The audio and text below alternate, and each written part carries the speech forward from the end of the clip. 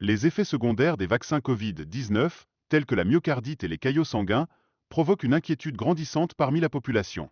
De plus, de nombreux cas de Covid long apparaissent, suscitant des interrogations sur l'avenir de la santé publique. Dans l'ombre de ces préoccupations, les médias et les politiciens s'efforcent de dissimuler leurs actions, détournant habilement l'attention. Pourtant, Trump semble les piéger dans un filet tissé de leurs propres mensonges, notamment en ce qui concerne les finances. Parallèlement, le discours public autour de la corruption et des fraudes financières est en plein essor, accompagné d'avertissements sur le blanchiment d'argent en Ukraine.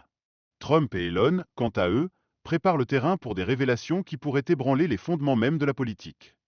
La stratégie adoptée par Trump semble être une manœuvre savamment orchestrée, où il se positionne en tant que roi, tout en restituant le pouvoir au peuple. Un paradoxe intrigant qui contredit son image souvent perçue comme celle d'un dictateur.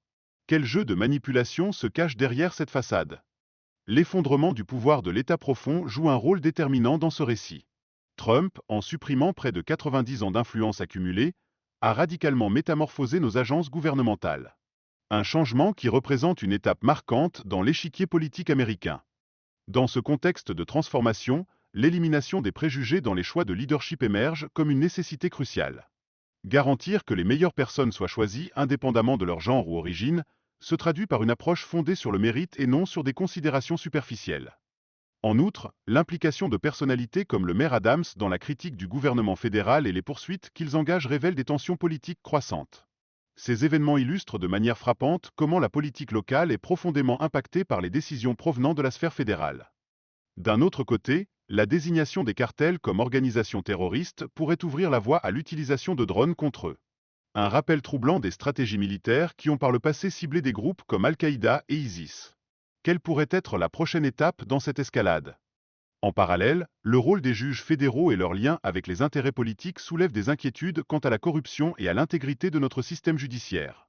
Ce contexte renforce l'appel à la transparence et à la responsabilité de la part de ceux qui occupent ces postes cruciaux. Dans un monde où les négociations pour la paix en Europe pourraient être la clé pour éviter une guerre nucléaire, maintenir un dialogue ouvert devient d'une importance capitale. Les enjeux sont élevés, et la stabilité mondiale est en jeu. L'impact du gaspillage et de la fraude sur les finances publiques est alarmant. Les citoyens, de plus en plus conscients, commencent à se poser des questions alarmantes sur la destination réelle des fonds publics. Qui en profite véritablement? Les critiques à l'encontre des médias traditionnels montent en flèche, alors que leur rôle dans la couverture des scandales de corruption est remis en question. La nécessité d'une presse indépendante apparaît comme un impératif incontournable dans cette quête de vérité. À l'aube de l'hiver, les températures basses s'avèrent être un ennemi sournois pour la santé cardiaque, augmentant le risque d'attaque cardiaque. Les médecins, dans un appel urgent, mettent en lumière l'importance de se protéger contre le froid durant cette période périlleuse.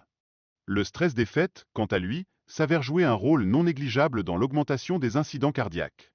La pression engendrée par les vacances pèse lourdement sur la santé mentale et physique des individus. Comment rétablir l'équilibre? D'autre part, une surconsommation de nourriture et de boissons durant cette période festive contribue à des complications de santé. La nécessité d'adopter un mode de vie sain et équilibré se fait de plus en plus pressante pour prévenir de tels risques cardiaques. Des figures emblématiques comme Trump soulèvent des interrogations sur les incohérences entourant le financement de la guerre, suggérant qu'il pourrait s'agir d'un véritable racket de blanchiment d'argent. Ces assertions font réfléchir sur l'importance de la transparence dans nos aides militaires. Les politiciens impliqués dans ce conflit semblent amasser des fortunes considérables, provoquant des doutes persistants sur l'origine de leurs richesses.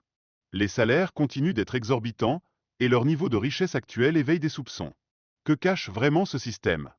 Il se murmure que les grandes entreprises pharmaceutiques pourraient dissimuler des traitements efficaces contre le cancer, soulevant des préoccupations éthiques majeures sur la recherche et la commercialisation des médicaments. Une méfiance grandissante envers le secteur médical s'installe parmi la population. La rétractation d'études souligne les dangers des données peu fiables dans la recherche médicale, impactant considérablement la perception des traitements disponibles. Cette situation a des répercussions sérieuses sur la santé publique, éveillant des angoisses collectives. Les manifestations qui secouent les États-Unis témoignent d'un mécontentement croissant envers le gouvernement, entraînant des appels à une transparence et une responsabilité accrue. Les citoyens, déterminés, réclament des réponses concernant l'argent du contribuable. Les changements au sein du ministère de la Justice signalent une tentative de rétablir la confiance dans notre système judiciaire.